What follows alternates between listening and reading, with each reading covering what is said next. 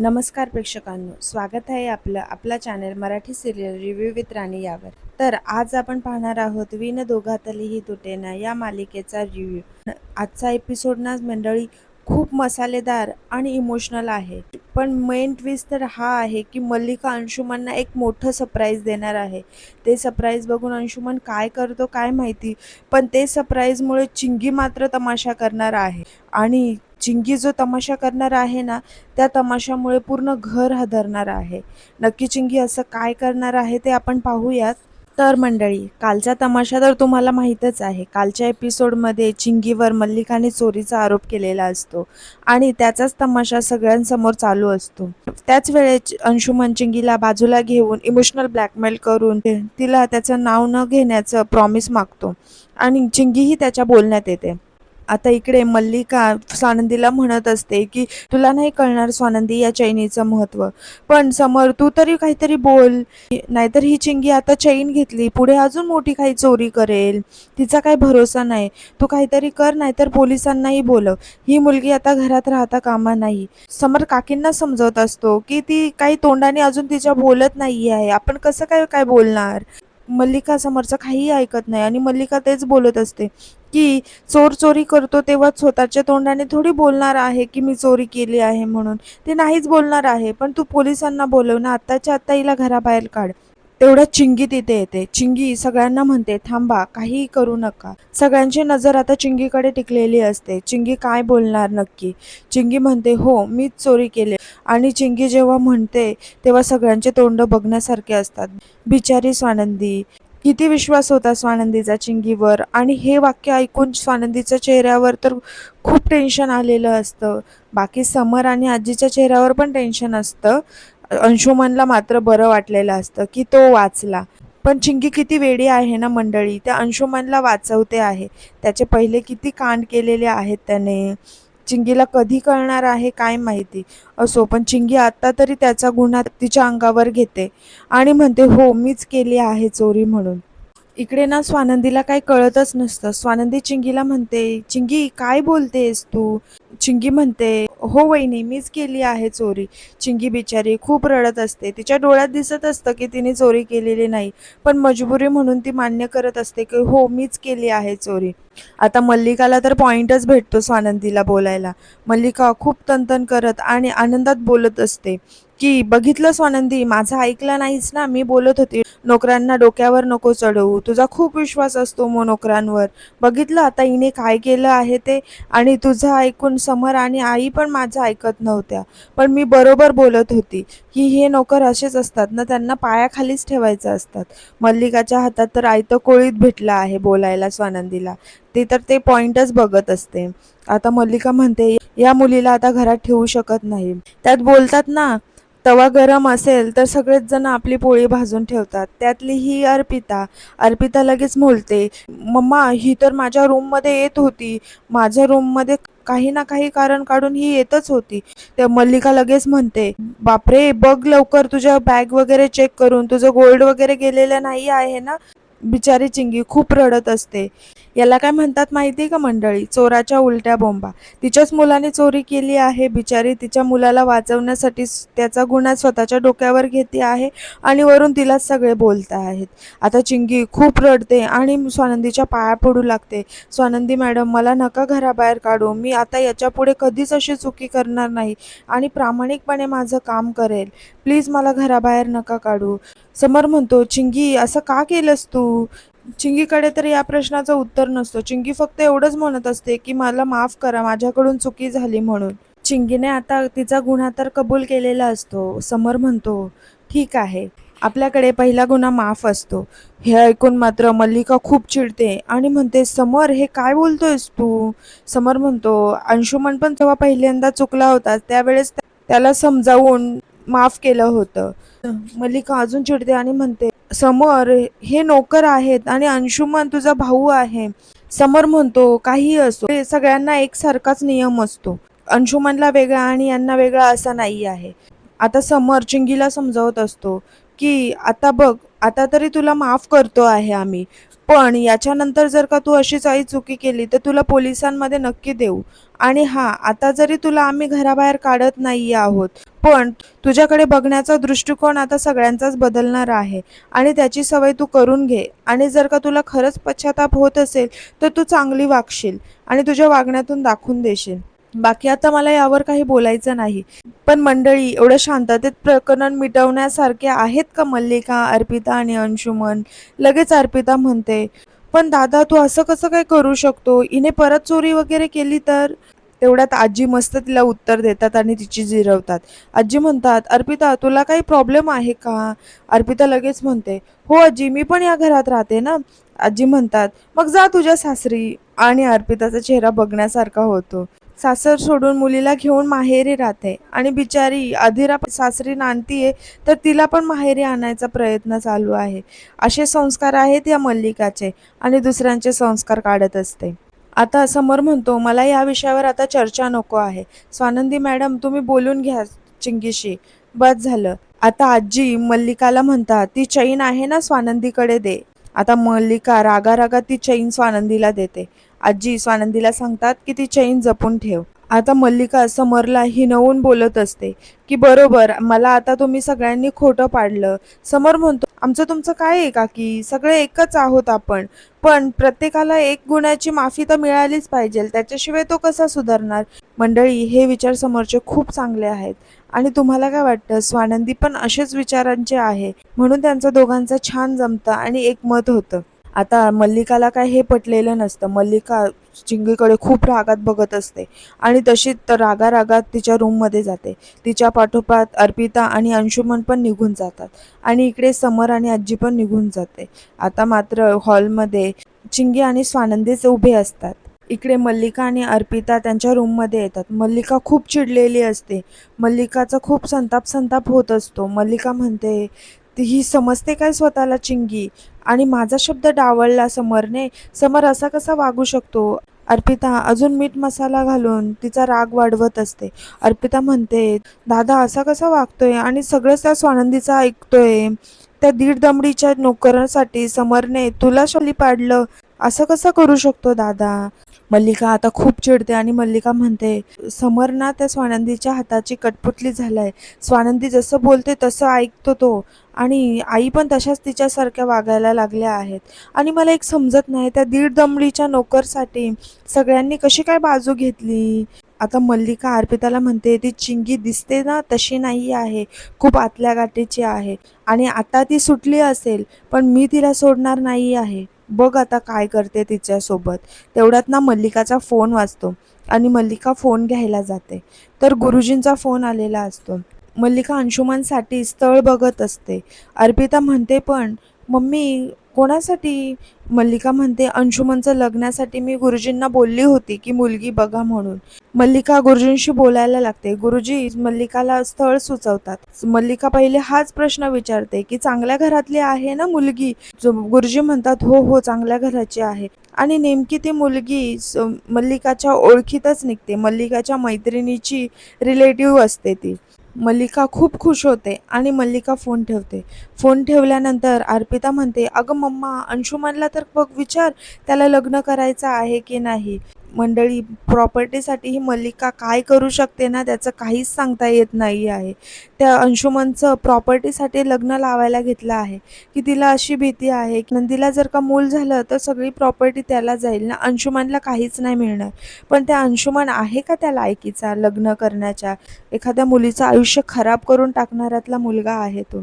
बिचारा चिंगीच्या आधीच आयुष्याची वाट लावली आहे आणि त्यात ही त्याच्यासाठी चांगली मुलगी बघते. स्वतःला कमवायची अक्कल नाही, चोऱ्या करून दिवस चालले आहेत आणि लग्न करायला निघाले आहेत. असो, मल्लिका अर्पिताला सांगत असते की तुझं लग्न झालं, आधिराचं कसंही असो पण तिचं पण लग्न झालं, पण मी ठरवलं होतं की अंशुमनला चांगली मुलगी बघायची म्हणून मी आता त्याचं लग्न लावणार आहे. अर्पिता म्हणते, अगं मम्मा, त्याचं लग्न करायच्या आधी त्याला विचार तर खरं, त्याला लग्न करायचं आहे की नाही? मल्लिका म्हणते, अगं तो काय माझ्या शब्दाबाहेर आहे का? मल्लिका जेव्हा विचारेल ना तेव्हा तिला कळेल की तो शब्दाबाहेर आहे की नाही ते. पण मल्लिका म्हणते त्याचं लग्नाचं त्याला विचारेल नंतर मी, पण आधी त्या चिंगीचा काहीतरी बंदोबस्त करायला लागेल. तिला अशी शिक्षा देईल ना की ती आयुष्यभर विसरणार नाही. अर्पिता म्हणते हो बरोबर आहे. जेव्हा अंशुमन चुकला होता तेव्हा त्याला चापकाचे फटके दिले होते आणि हिला काहीच नाही. असं कसं? आपण नाही सोडायचं तिला. मल्लिका म्हणते हो हो, आपण तिला अशी शिक्षा देऊ ना की ती आयुष्यभर विसरणार नाही. पण मंडळी, ही जेव्हा तिला शिक्षा द्यायला जातात ना तेव्हा यांनाच मोठा सरप्राईज मिळतं आहे. काय बघायला मिळतं तिला तिच्या रूममध्ये ते बघूयात आपण. पण इकडे ना आता स्वानंदी आणि चिंगी एकटेच हॉलमध्ये असतात. स्वानंदी चिंगीला विचारत असते, हे बघ मला तरी असं वाटत नाही की तू चोरी केली आहेस, पण तू असं का बोलतेस मलाच कळत नाही आहे. आता बघ इथे कोणीच नाही आहे, आपण दोघीच आहेत. खरं खरं सांग, तू चोरी का केली? चिंगी म्हणते, स्वानंदी मॅडम तुम्ही खूप चांगले आहात, पण मी खरंच चोरी केली आहे. स्वानंदी म्हणते, मला खरं खरं सांग, तू चोरी केली आहेस का? आणि केली असेल तर का केली आहेस ते पण मला सांग. चिंगी म्हणते, स्वानंदी मॅडम खरंच मी चोरी केली आहे. आणि ती अंशुमन जे काही बोलला आहे त्याचा विचार करू लागते, की अंशुमन म्हणतो आपल्या फ्युचरचा विचार कर आणि प्लीज माझं नाव नको घेऊ. मंडळी, चिंगी ना खूप त्याच्यामध्ये गुंतत चालली आहे आणि तो अंशुमन तिचा खूप फायदा घेतो आहे. हिने जर का आता स्वानंदीला सांगितलं ना तर तिचाच फायदा होतोय. पण चिंगी त्याच्या प्रेमामध्ये एवढी बुडाली आहे की तिला दुसरं काही दिसतच नाही आहे. हे वय पण तसं असतं ना मंडळी. पण जेव्हा तिला समज येईल ना तेव्हा वेळ गेलेली नसो, बस एवढंच. आता चिंगी स्वानंदीला म्हणते की माझी घरची परिस्थिती खूप खराब आहे आणि मला कधी एवढं सोनं बघायलाच मिळालं नाही. मी जेव्हा या घरात आली त्यावेळेस सगळेजण सोनं घालून फिरायचे, त्यावेळेस मला पण लालच आली आणि म्हणून मी ही चैन घेतली. आता स्वानंदीला काही हिचं म्हणणं पटतच नसतं. स्वानंदी तेच बोलत असते की माझ्या मनाला नाही वाटत आहे की तू चोरी केली असशील. मी तुला आल्यापासून ओळखते आहे आणि तू कशी आहेस ते मला माहिती आहे.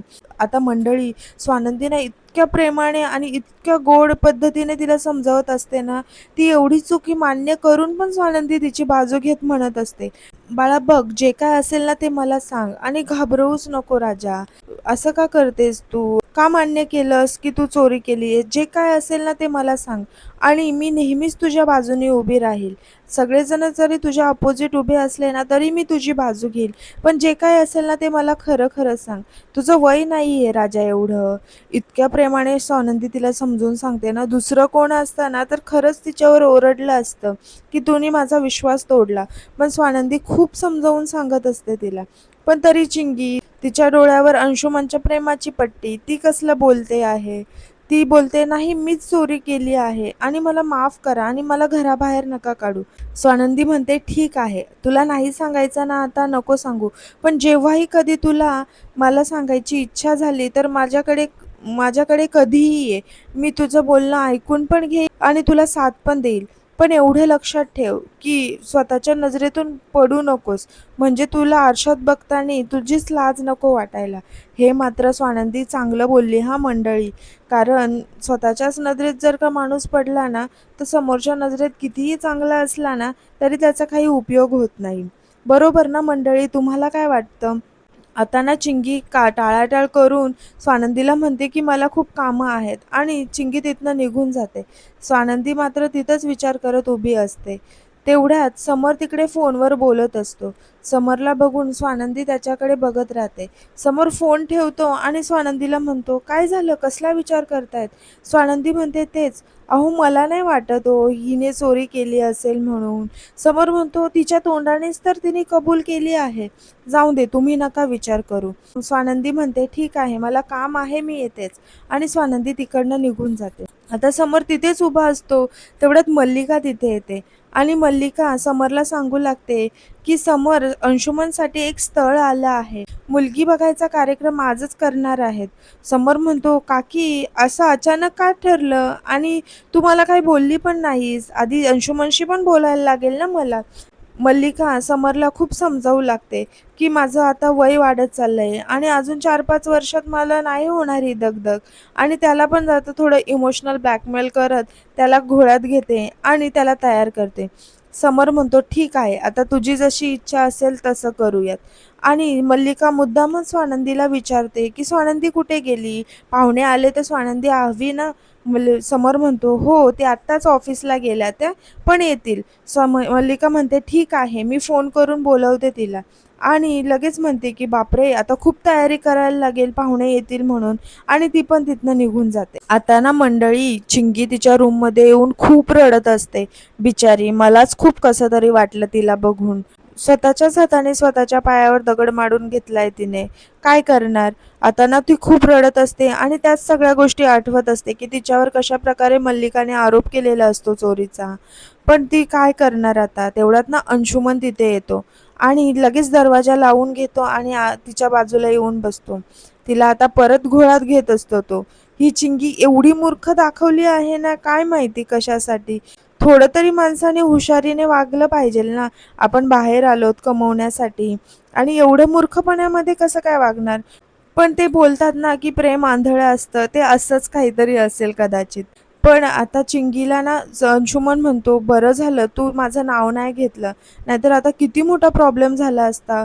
पण चिंगी आता मात्र त्याला उलट उत्तर द्यायला लागते. चिंगी म्हणते, "काय झालं असतं मी सांगितलं असतं तर सगळ्यांना सगळं खरं कळलं असतं, बरं झालं असतं." आता अंशुमन घाबरतो आणि अंशुमन म्हणतो, "ठीक आहे, सांगितलं असतं, पण आता मी सांगणार सगळ्यांना आणि तुला याच्यातून मुक्त करणार."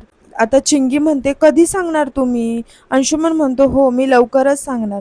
आता अंशुमन ना तिला घालवायच्या मागे लागलेला असतो. अंशुमन चिंगीला म्हणतो, "हे पैसे ठेव आणि तू थोड्या दिवस गावी जाऊन ये. म्हणजे तू परत येशील ना तेव्हा वातावरण शांत होईल." तर मंडळी हिला गावी पाठवणार हा आणि इथे लग्न करून मस्त संसार करणार. बिचारी चिंगी परत आल्यावर तिला कळणार की याने लग्न केलंय म्हणून. पण चिंगी मात्र आता हुशारीने उत्तर देते. चिंगी म्हणते, "मला नाही जायचं कुठेच." तर अंशुमन म्हणतो, "ठीक आहे, तू गावी नको जाऊस, मग 2 दिवस कुठेतरी फिरून ये म्हणजे तुझं मन शांत होईल." आता ना अंशुमन हा चिंगीला थोडंसं मनवायचा प्रयत्न करत असतो, की चिंगीने स्वानंदीला इमोशनल होऊन सगळं सांगावं नाही म्हणून. कारण अंशुमनला माहिती आहे, की चिंगी स्वानंदीच्या किती जवळ आहे ते. पण चिंगी मात्र कशाचंच ऐकायला तयार होत नाही. अंशुमन तिला पैसे पण देतो, पण चिंगी मात्र आता हुशारीने वागते आणि चिंगी म्हणते, "मला नको आहेत हे पैसे तुमचे. मला आज फक्त एवढंच सांगा, की तुम्ही कधी सांगणार आहेत घरात सगळ्यांना?" आता अंशुमन तिला मिठी मारतो आणि म्हणतो, "हो, मी लवकरच सांगणार आहे." इकडे ना मंडळी आजी आणि स्वानंदी त्यांच्या रूममध्ये चिंगीच्या चोरीच्या विषयावर बोलत असतात. स्वानंदी म्हणते, "आजी, मला मनापासून नाही वाटत की चिंगी चोरी करू शकते." आणि आजी पण तेच म्हणतात, "अगं, मला पण नाही वाटत ही चोरी केली असेल. आता यांच्या घरातले सगळेच आमच्याकडे काम करायचे. हिची आजी तर मी जेव्हा लग्न करून आले तेव्हा बालिशच होती. माझ्या वस्तू इकडे-तिकडे पडलेल्या असायच्या. पण हिची आजी कुठेही पडलेली वस्तू माझ्या हातात आणून द्यायची आणि ही असं करेल, मला आता विश्वासच बसत नाही ही असं काही करेल म्हणून." स्वानंदी म्हणते, "हो, मला पण नाही वाटत ही असं काय करेल. असं माझ्या मनातून फिलिंग येते आहे, की हे जे दिसतं आहे ना ते तसं नाही आहे. मला तर वाटतं ही कोणत्यातरी दडपणात येऊन असं काहीतरी बोलली असेल. हिने खरोखर चोरी केली असेल असं नाही वाटत आहे." आता स्वानंदी खूप हुशारीचा प्रश्न आजींना विचारते. स्वानंदी म्हणते, "आजी, ही चैन नेमकी कुठं असते? आणि तुमच्या लॉकरची चावी तुमच्याजवळच असते ना? या दरम्यान तुम्ही कुठे बाहेर वगैरे गेला होतात का? आणि लास्ट टाईम तुम्ही लॉकर कधी ओपन केला होतास?" आता आजी सांगतात, की "नाही गं, मी घरातच होती आणि मला एवढं नाही आठवत, की मी लॉकर कधी ओपन केलेला असतो. पण ही चेन ना समरकडेच असते. ही चेन माझ्याकडे नसते. ही चेन नाहीतर समरच्या कपाटात, नाहीतर ऑफिसच्या लॉकरमध्ये असते. पण जास्त करून लॉकरमध्येच असते." आता मंडळी एवढा तरी तर्क लावायला हवा ना, की चिंगी ऑफिसमध्ये कधी गेली असेल आणि ऑफिसमधून कधी चोरी केली असेल आणि एवढा मोठा बिझनेसमॅन त्याची वस्तू कुठे असते हे तर माहिती पाहिजेल ना. आता आपण एखादी वस्तू कुठे ठेवतो एवढं तर माहिती असतं ना का आपली वस्तू कुठे आहे. आता समरने जर का त्याच्या ऑफिसमध्ये त्याची वस्तू ठेवली आहे, तर त्याला तेवढं तरी आठवत असेल ना का त्याची चेन त्याच्या ऑफिसमध्ये आहे. आणि चिंगी चोरी करायची असेल तर घरातल्या लॉकरमधून करेल, ऑफिसच्या लॉकरमधून कसे करेल? जाऊ दे, जेव्हा समजेल तेव्हा समजेल. पण स्वानंदी बरोबर मुद्दे पकडते आहे. आता आजी स्वानंदीला म्हणतात, "स्वानंदी, एकदा ना तिला माझ्याशी बोलायला सांग. कदाचित माझ्याशी बोलली तर सगळं मनातलं नक्की बोलेल, जे खरं आहे ते बोलेल." स्वानंदी म्हणते, "ठीक आहे, मी तिला पाठवते तुमच्याशी बोलायला." आणि स्वानंदी चिंगीच्या रूमकडे जायला निघते. आता मंडळी अर्पिता आणि मल्लिका पण चिंगीच्या रूममध्ये येत असतात आणि इकडे तर चिंगी आणि अंशुमन एकमेकांना मिठी मारलेली असते आणि स्वानंदी पण चिंगीला बोलवायला आलेली असते. स्वानंदी रस्त्यातच असते तेवढ्यात तिला तिच्या आईचा फोन येतो. तिच्या आईला स्वानंदीची पैठणी हवी असते सुष्मिताच्या ऑडिशनसाठी. स्वानंदी म्हणते, कशासाठी हवी आहे? मंदाकिनी म्हणते, सुष्मितासाठी हवी आहे. तुला द्यायची आहे की नाही? नसेल द्यायची तर जाऊन दे. स्वानंदी म्हणते, अगं हो आई, मी कुठे नाही म्हणाली. ठीक आहे, मी देते पाठवून. आणि इकडे मल्लिका आणि अर्पिता पण चिंगीच्या रूममध्ये येतात आणि अंशुमनला चिंगीसोबत बघतात. आता बघा मित्रांनो, जर का अंशुमनचं खरंच जर का तिच्यावर प्रेम असतं तर तो तिची साईड घेतली असती. पण तो तिला आता परत उलट बोलतो की मी तिला तेच सांगायला आलो होतो की तू चोरी का केली म्हणून, आणि तिच्याशी रागात बोलू लागतो. यावरून तरी चिंगीने समजायला पाहिजे की अंशुमनचं प्रेम खरं आहे की खोटं आहे. मूर्खासारखं त्याला कव्हर करून त्याचे सगळा गुन्हा त्यांनी स्वतःच्या डोक्यावर घेतला. आता अंशुमन तर तिथून निघून जातो, पण मल्लिका आणि अर्पिता चिंगीला काय शिक्षा देतात ते तर बघायला मजा येणारच आहे. पण काल जसं मी तुम्हाला सांगितलं की प्रोमोमध्ये तेच दाखवलं आहे की स्वानंदी तिच्या बाबांना भेटायला जाते आणि त्यांना ती चैन दाखवते. पण स्वानंदीच्या बाबांनी ती चैन अंशुमनच्या हातात बघितली होते. आता याचा खुलासा पुढच्या एपिसोडमध्ये होईल असं वाटतं आहे. पण पुढचा रिव्ह्यू बघण्यासाठी नक्की माझ्या चॅनेलला लाईक करा, सबस्क्राईब करा आणि कमेंट करायला अजिबात विसरू नका तुम्हाला माझ्या रिव्ह्यूज कसे वाटतात ते. धन्यवाद. भेटूया पुढच्या एपिसोडमध्ये.